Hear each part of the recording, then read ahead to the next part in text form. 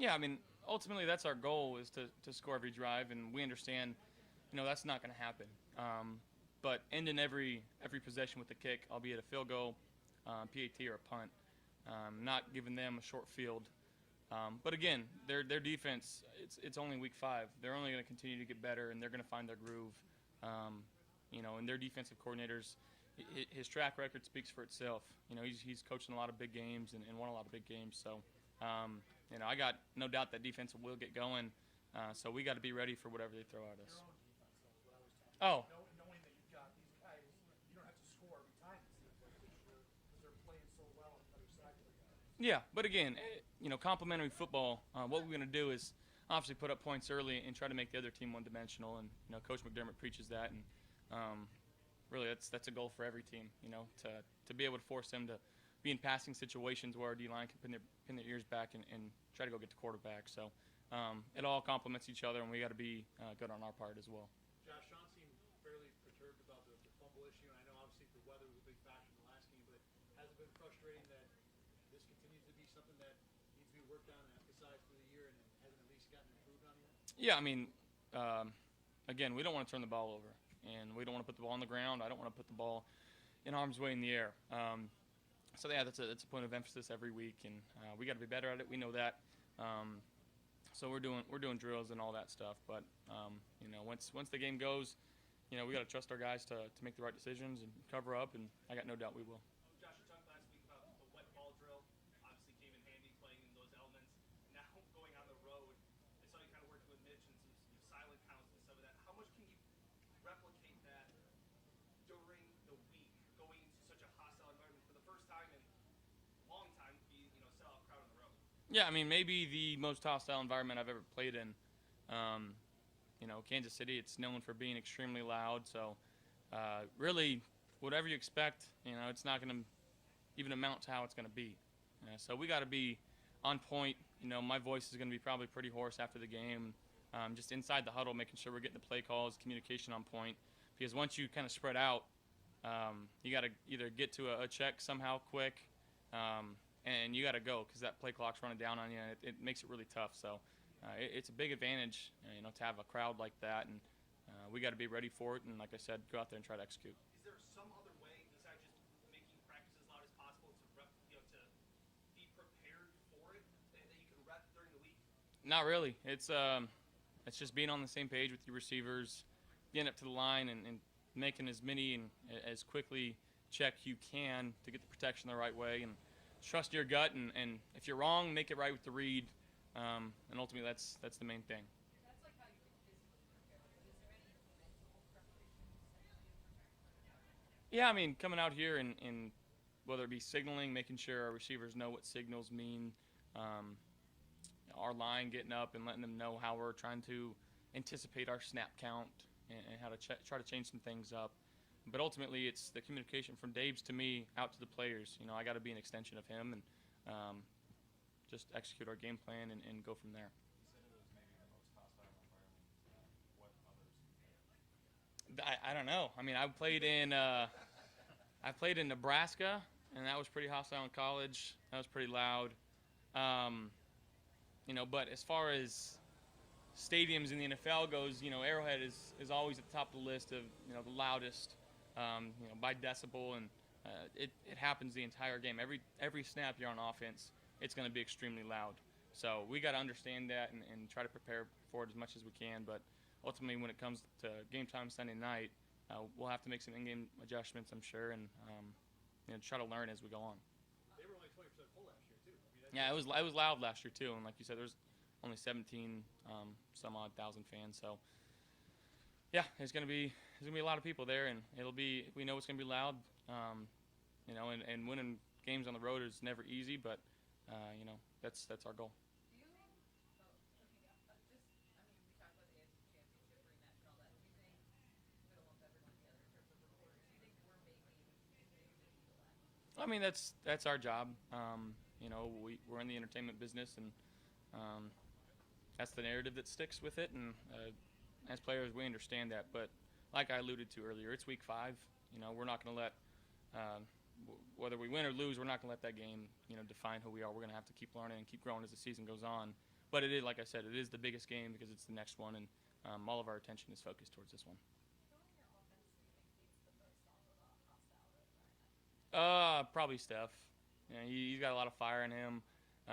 Probably really all the receivers, I think. Once they make a play and try to quiet the crowd down, that's always a good feeling. But I don't think this crowd's going to get too quiet too often. So when we got opportunities to make plays, we're going to have to make them. Is that just a receiver's trait, or is it these guys? I think it's a good receiver's trait, for sure, to use that emotion to help them on the field. So, and we got a lot of good receivers. They got a lot of trust in these guys, and they're doing the right things. And I expect that to continue on the field for them to do the right things and make the right reads and our choice routes. And I just got to get the ball to them.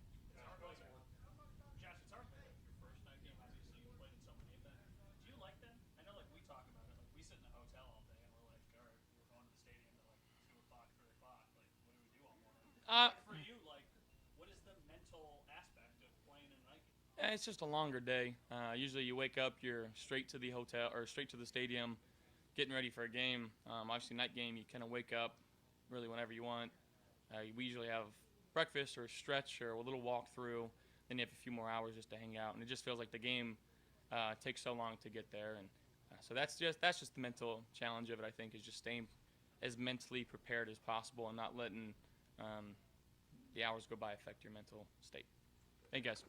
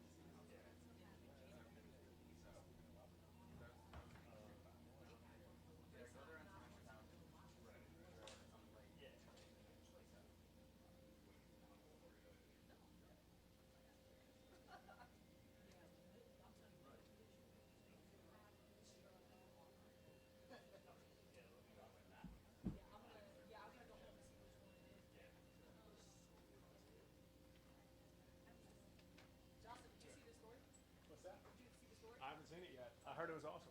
No, it was really good. Yeah. I didn't know how to get it. I'll see it at some point. We'll figure it out.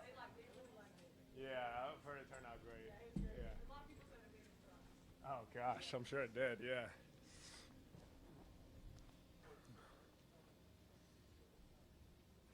Dawson, what have you seen out of Tremaine that you like Tremaine?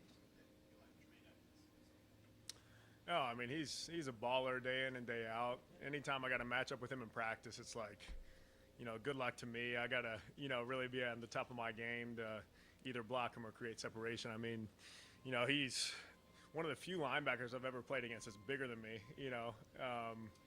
But he's just a freak.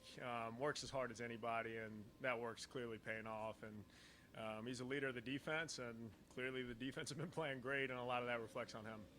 Dawson, when you're playing against a team like this that can score points with you guys, drive for drive, is there more of a, I'm going to call it more pressure on you guys, but a realization that you guys cannot screw up, you've got to be on point? They're going to score against you guys? Yeah, I mean, we go into every game talking about it's the biggest game just because it's the next one. I don't feel like we have any added pressure. As an offense, it's up to us just to score points every time we have the ball. And every time we don't score points, we feel like, we wasted an opportunity. We feel like we're capable of scoring touchdowns on every drive. So we're not going to go in with any extra edge or any extra, pressure on us. Just we know what we can do. We know what we got to do. We're going to go in and score a bunch of points on every drive. When you were at the tight end university, did you hook up at all with Kelsey? And if so, what did you get from him? Oh, yeah. He was one of the main guys there. He was helping put the whole show on. His personality on TV is as advertised in person behind the scenes, too. He's loves to have a great time. Awesome guy. I learned a lot from him in terms of, he probably broke down film for 2 hours on one route for us. He kind of called himself the Picasso of routes. It might look like a certain type of route, but it's going to be a little different. Like Picasso used to draw humans. Little things might be different, but it's still a human. So he kind of puts his own twist on stuff. But when he gets on the right timing with his quarterback, it's hard to cover that matchup. And it's something fun that me and Josh have been able to work on too. Just putting little twists on different routes that can work out with us timing wise. Dawson, what's it like to be coming into your own?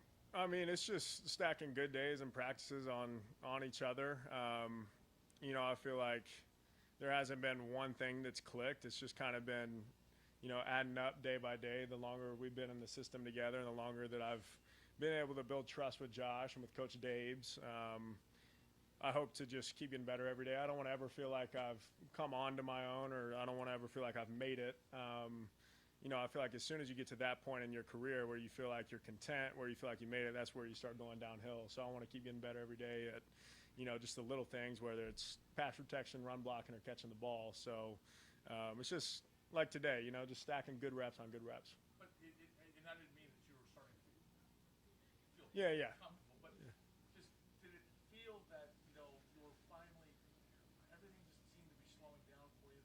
Was there a moment this off season where you're going, okay, more things are clicking? There wasn't a specific moment, I would say, but I think just third year in the system, just same offensive coordinator, same quarterback, getting all those extra reps with Josh in California, having all of OTAs and mini camp and camp this year. Just all those extra reps just added up on each other have been great. But I wouldn't say it was one specific day in practice where everything just started to click. But, as we get more routes in, as we practice more, I feel like the game slows down a little bit. And I can play a little faster instead of thinking, oh, where do I need to line up? Where am I in the progression? And just being able to go out there and play fast. Can you run the Picasso? What's that? Can you run the Picasso? We don't really call one certain route the Picasso route, but there are definitely little pieces of Travis's game that I've tried to adopt as my own. They came out. Go ahead. Dawson, when you look back at last year's game in the AFC Championship game, there were a couple of situations where you went for field goal instead of going for it coaching decision. As an offensive player, and I asked Josh this too, in those types of situations, I'm sure you guys are campaigning to go for it as often as possible. Knowing the opponent, though, on the other side and the points that they can put up, does that factor into maybe those decisions in a game like this, knowing like, hey, we're going to have to score to beat this team? I'm sure it does at some level for Coach Daves, Coach McDermott, and that's why they get paid a lot of money to do what they do. But, as us players, we want to go for it every chance we get, whether it's 4th and 1 or 4th and 10. But, at the end of the day, we got to do what we're told to do. And if they tell us to go for it, we're going to, get hyped up and go execute. If not, we got a really good kicker too. So I think it's a win-win for us. At the last January's game, they came out, it seemed to me, to start the game in a very feisty mode early in the game. Their defense especially, physical, feisty. Do you remember it that way? I wouldn't say I remember extra feistiness, but there's always a lot of energy, especially in the playoffs. But there's no denying that there's obviously a chip on our shoulder. We want to win every game that we can possibly win. But we're going to go in just like we have for every game this season with, just a confidence and, just trying to get in the mode where we're ready to go and score a lot of points. And then we didn't get to ask you Sunday, but the touchdown catch, what was more impressive? Like the 3 guys went for Steph, or Josh, pulled back? Oh, yeah. Pump fake? Yeah, the way that Josh literally moved the whole side of the secondary to one person is obviously very impressive. And when you got a guy like Steph outside, it's going to open up the middle a lot. So, that was very much them two instead of just me. And you saw the amount of time that the O-line gave Josh. When they give him that amount of time, he's going to make some incredible plays. All I got to do is catch it and turn up and score. But just the way on film that you saw after one pump fake, everyone was there on Steph, and that just left the middle wide open. Dawson, we talked so much to Josh this year about, controlling his emotions early in the game, let himself get into the game, take what the defense gives him. But historically, when the games have gotten tighter, you needed him in the fourth quarter, he's been really good. What's he like in those moments when maybe you're down and you need offense, you need big plays? What's he like in the huddle? What's he like? I've never seen him get super uptight. I've never seen him with a look in his eyes where he's like a little extra nervous. He's always calm, cool, and collected. If we're at a TV timeout, he might crack a joke, just kind of keep everyone loose, keep our confidence up. He's always one to kind of, keep everyone from being that nervous and uptight way that you don't want to be, especially on offense. But with him in the huddle, we know that we have supreme confidence in him, and there's no telling that we could score on any given play, whether we're on the, -1 or we're on the other goal line. So it's super fun playing with a guy like that in the huddle. Dawson, I'm sorry. Josh called the game last year in Kansas City one of the most hostile environments they've ever been in. Now, maybe some of that's him being a Wyoming guy and not playing in as many hostile environments as someone like you might have. But how much are you aware and being prepared? Obviously, Arrowhead is Arrowhead, but you only saw it at 20%. Getting it at 100% this weekend, how much of a difference is that going to be? Obviously anytime there's crowd noise, it's going to affect the game, whether it's the cadence, whether it's, sitting in there in your stance and not jumping, really listening to Josh and communicating well at the line of scrimmage, just stuff that we practice all year in case we have a game like this. But I feel like everyone kind of draws energy from that too. There's something about playing here and getting the crowd amped up and getting the crowd roaring, but at the same time, there's something about silence in the crowd that's pretty cool. All right. Thank you all.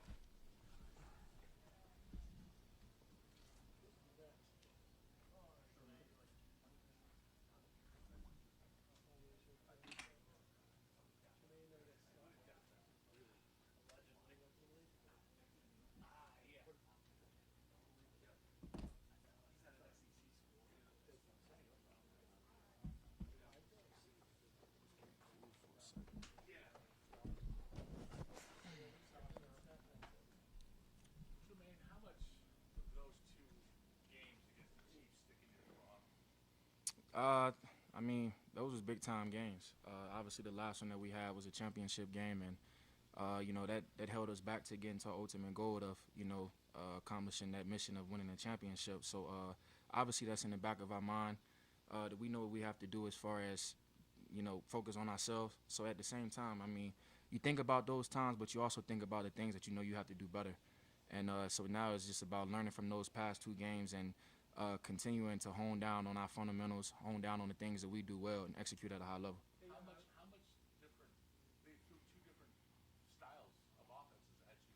Yeah. With Hilaire, running for 160 something yards, and then Mahomes. How do you prepare for what the dual threat that they can present? I think it goes back to what I just said as far as focusing on ourselves. Obviously, you want a game plan against the offense, but like you said, man, you got to be prepared for everything. So I think it goes back to making sure we do what we do at a high level, and that starts here at practice as far as coming out, executing, making sure guys know what to do, making sure we're in the right position, and it just comes down to executing at a high level defensively. Hey, Jermaine, 2019, you guys played very well on defense, but right now, first 4 weeks, do you think this is the best Bills defense you've ever seen since you've been in? It's still early, man. It's still early, so we just continuing to work, man. I'm excited the guys that I'm going to work with. It's just when you put the film on, man, you just see guys just playing fast, guys playing their hearts out, and that's all you can really ask for. And we're still gonna continue to do that each and every day, and we're just trying to build on things that we know we can still get better at. I think I said the other day that we're not at our peak right now, man. We still have a lot of room that we could grow, and guys are taking responsibility in that. Even at practice, man, we're not satisfied, and we know it's still a lot of more things that we could do, a lot of more things that we can accomplish, and that's what makes me more excited. That nobody here is relaxed, nobody here is comfortable. Everybody's still trying to get better. Who's the guy that presents more problems, Hill or Kelsey? Those both big time players. I wouldn't even put one over the other because we know the challenges that they bring on defenses and how much that they make that offense go. So it's just about us, understanding where they at, understanding, what we have to do to, help our defense be successful out there. And, I think right now coaches have a good plan going forward, and now it's just about us going out and execute. And we know how much you put on your own shoulders. I know it's only Wednesday, but if Matt Milano can't play, how much more do you put on yourself this weekend, without him there? Yeah, the status on him, I don't think nobody knows right now. Obviously, I want to have him out there. Everybody wants to have him out there, but, he has to do what's best for him at the end of the day. But, like I said, it's still early, so it's kind of hard to make those, assumptions or, but, I just want him to get healthy, whatever way that is. If that's this week, next week, I just want him to be healthy when he comes back. If he can't play, what strengths do you think AJ brings to the table? Yeah, AJ's obviously, a guy that's been in the business for a long time. He's played a lot of ball. He's very smart, student of the game, and, just hearing this side of it, and, obviously he's athletic as well. So it's just now it's about going out and executing. I know he'd be excited, whatever it may be. But it's just about putting a good week of practice together and, good week of communication and just going out and execute. Every defense that faces Kansas City has to respect Hill on Yeah. fastest, not receivers. How much tougher does that make it for every defense trying to stop Edwards Hilaire? They have a lot of big pieces over there. I don't think you could just name out one guy because there's a lot of pieces that make that offense go. So you got to kind of respect, everybody, on that side and, be aware of where everybody's lining up at, just being aware of, how they're trying to attack you. And a lot of this stuff just goes back on how well you execute. I think they challenge you, the mental side of it, try to execute the defenses. So it goes back to, I keep saying it, doing what we do well, man. I think that's a big key to victory. You talk about trying to be prepared for everything. There's obviously a lot of pieces on that Chiefs offensive side, but when it comes to Josh Gordon, there's not a lot of recent film on a guy like that. He's expected to make his debut on Sunday. How do you prepare for something like that? Yeah, we're not exactly sure how they're going to use him. Obviously, he's a new guy in the system. Like you said, no film on him. And, honestly, you just got to be prepared for everything. Whatever we have called, execute that at a high level. And, hopefully that put us in a position to make plays on him. I think as the game go along, we get a feel of how they're trying to use him and how they're trying to get him the football. So we just have to be able to make adjustments on the run. Having set the standard for 4 weeks,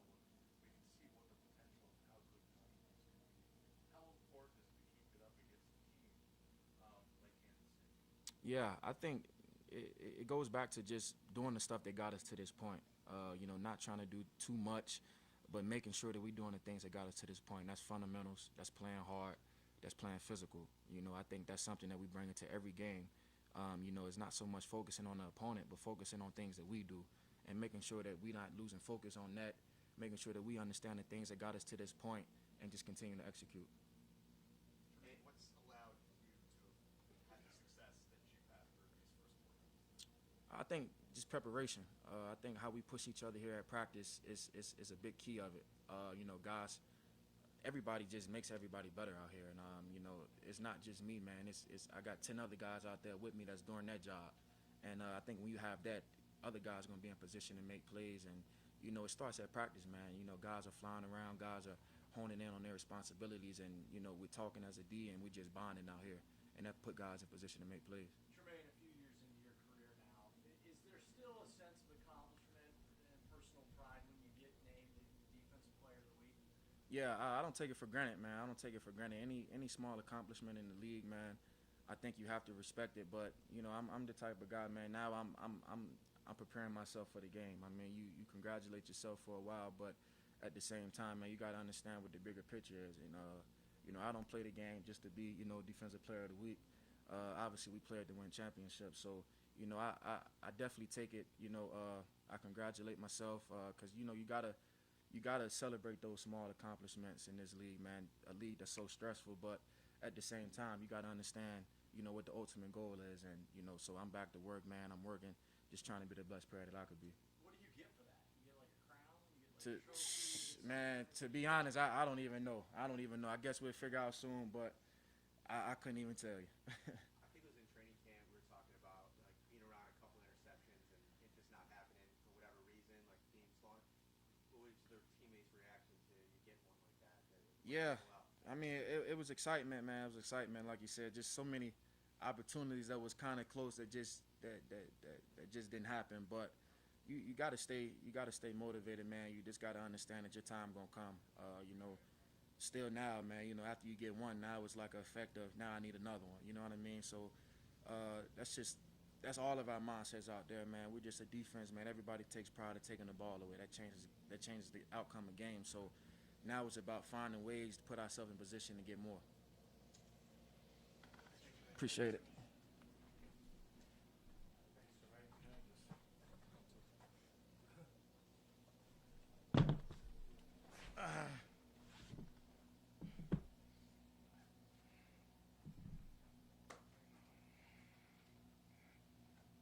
Steph, Josh said earlier that the Chiefs game is the biggest game because it's the next game. But at all, is there just still a little revenge factor that you would like to get against them, considering how last year ended?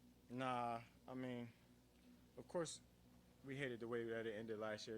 Anybody with any competitive nature would hate the way that it ended. But it's a big game because it's the next game, and it's the same way we approached all the games previous to this. So I wouldn't make it more than what it is, and we're not doing that. What we're making it is the next game, and got to come out and execute and play better than we did the last time we played them. So just continue to play some good ball and really just focus on the task at hand. They've got plenty of talent on the defensive side of the ball. Are you surprised a little bit how much they've struggled defensively so far this season? I know it's early. Nah, I mean, it's the first quarter of the season, and with football, you deal with a lot of injuries. They had some injuries to the guys in the back end, and some injuries, I guess, to the D line. So as far as like things like that happening, being able to adjust, I don't really know how things are over there. So I mean, as far as like being surprised about them struggling, I just watch the tape, and they still flying around, they still playing at a high level. I mean, no game is the same and no year is the same. So going into this new league year and this second quarter of this season, we're just trying to get a win. Will you get a better sense of what this team is capable of with the win over Kansas City based on how you guys play this weekend? No, I mean, we had the first quarter of the season to kind of evaluate where we are, and we know the things that we need to do better. And regardless of this game, this isn't a playoff game. This isn't a game that one game and done. So we're kind of going in as in it's the next game, and we're trying to execute at a high level. But as far as like knowing who we are, you had the first 4 games to kind of figure that out. You know what I'm saying you're going to play some good teams. You're going to play some teams who probably don't do this well or play this coverage. It's all different. Everything's predicated on dealing with the task at hand and, playing what's in front of you. Hey, Steph, why did you, at the end of that game last year, there was that picture of you standing there watching them and the confetti Yeah. and all that. Why did you put yourself through that, to stay out there and kind of take that in a little bit? Just like for me, just for reasons that's like, you put a lot of effort, you put a lot of time into your craft. A lot of my time goes into things that I love, and I love this game. So as far as like, being in a moment and embracing that things don't go your way and you kind of still got to deal with them. You know what I'm saying? I didn't want to run from defeat. I've lost before, and I'm still look at it in the same way. You know what I'm saying? I'm gonna keep my chin up and I'm gonna keep my head high. So for me, I just feel like you be still, you be in it, you embrace the moment, take it for what it is, and move forward. So for me, I took that as a moment as you came up short, get back in the lab, and you got to get back to the grind. So with that in mind, now going back to the same place 10 months later, what is that stirring in you to go back to that place now? Nothing. I mean, she asked that same question a couple minutes ago, but for me, I'm going back to, I've played there before. I mean, I've lost there before. When I was in Minnesota, we lost to them. Actually on the last drive of the game. So I mean, I've lost there before. I mean, I don't look at it as in going back to try to do X, Y, Z. I'm trying to get a win, and I'm just trying to get better each and every day at practice to try to do everything I can to put us in the best position. Because it's not just me out there. I got a whole team. Based on the first four games and what we've seen from this team, do you feel that on offense this team is better prepared given how the defense is playing? I mean, that's a hard question because like I can kind of say every year is different. This year our defense is playing crazy. You know what I'm saying, like, but it's not just them. We have a good special teams unit. We got a good solid offense. So everybody's playing cohesive, and you're trying to play 3 phases of football. You play good in all 3 phases, you'll damn sure get a win. You know what I'm saying? But for us, when they're getting turnovers and when they're flying around, like, our biggest job on offense is to capitalize on those turnovers. Like, you don't want to have no empty turnovers. Guys get a pick or have a forced fumble, and you don't get any points from it. So for us, I mean, that's kind of hard question to answer. To go back to that picture and staying on the field for a bit, have you always had that approach of, I want to soak in this moment, or when did that start? Shit, I always been like that as far as like with the good and the bad. Because if things were all good, everybody would have been out there having a good time. And just because things didn't go my way, I kind of just internalize it and say like, all right, you know what I'm saying, this is just another, kick in the butt to say go get better, go back to the grind, and continue to push forward on how you are as a player. Steph, Josh said that Arrowhead is one of the most hostile environments Yeah. in the NFL, and was asked if there's somebody that relishes, kind of silencing that loud crowd, and he said you. Is that Yeah. something that you like doing, going into hostile crowds? I'm all about the hostile environment. I'm pretty chill right now, but as far as like when it's time to go, I love everything about it. I love not being able to hear. You know what I'm saying? It's more so reacting than just hooping. So for me, I played in some loud stadiums. Like Seattle's pretty loud. I think Arrowhead's probably like up there, like top 3. You know what I'm saying? I remember I played there. It wasn't that loud in the AFC Championship. I don't think it was full. But when I was there in the regular season, we had played them. When I was in Minnesota, it was the last drive of the game, for the win, and I couldn't hear nothing. And it's just something about those moments that you get like a little rush. You know what I'm saying? And as far as like trying to silence the crowd and being on the other end, it's always quiet. You know what I'm saying? It's so loud that it's kind of weird to say, but it's so loud that it's quiet. You know what I'm saying? You don't got nothing but your thoughts and really just the man in front of you. It's a good feeling though. I wish you all can experience it.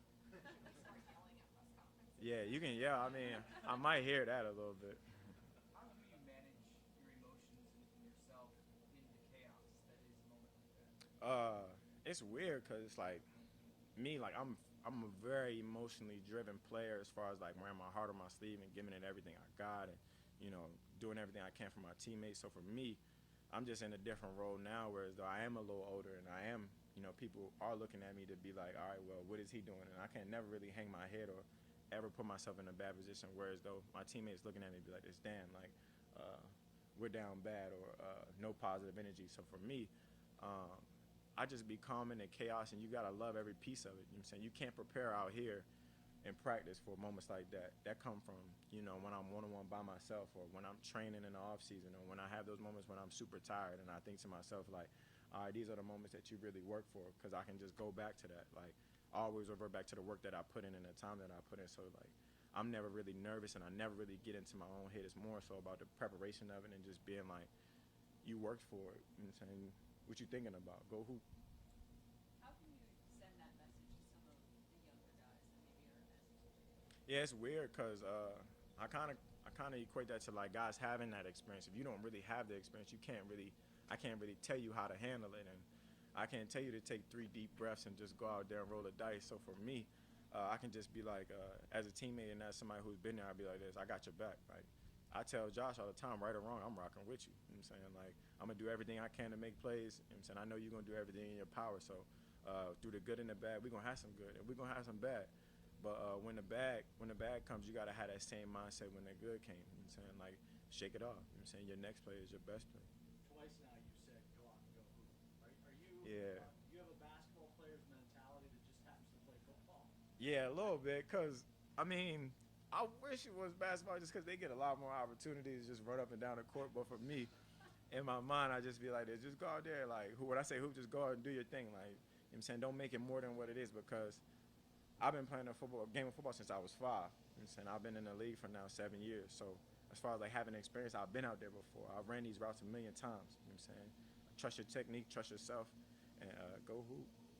Tyrann Matthew is really good at jumping in breaking routes. Yeah. Robert, I mean, you have no control over that, but I mean, 32 for that. Is he somebody you kind of, how do you, what do you think of him and his ability, and you kind of aware of him, even you, where he is? Yeah, I watch a lot of tape.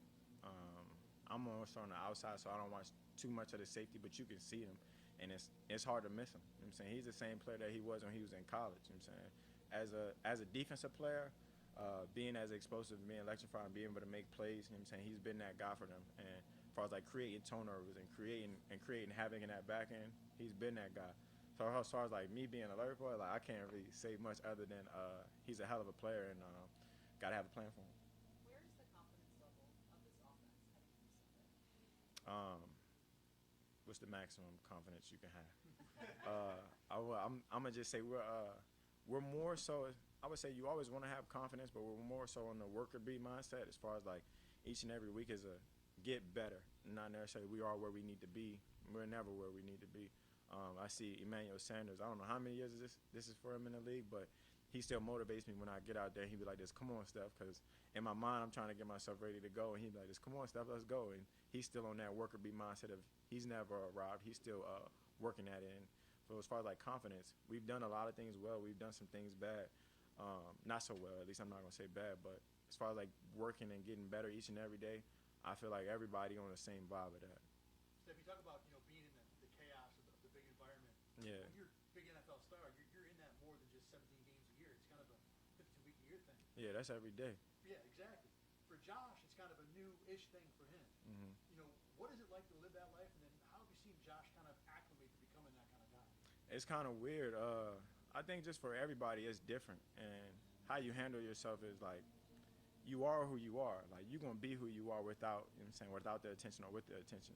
So for him, I feel like he's been a hell of a player, and he's always been that player that's been super hard on himself. So as far as like having that group of guys around him and those teammates that's gonna uplift him and not tear him down, you know what I'm saying, when good things happen, you know what I'm saying, we got your back, and when bad things happen, we really got your back now because, you know what I'm saying, I'm always gonna fight for my guys. So for me, I feel like he's handled himself extremely well. You know what I'm saying, he's played some hell of a ball.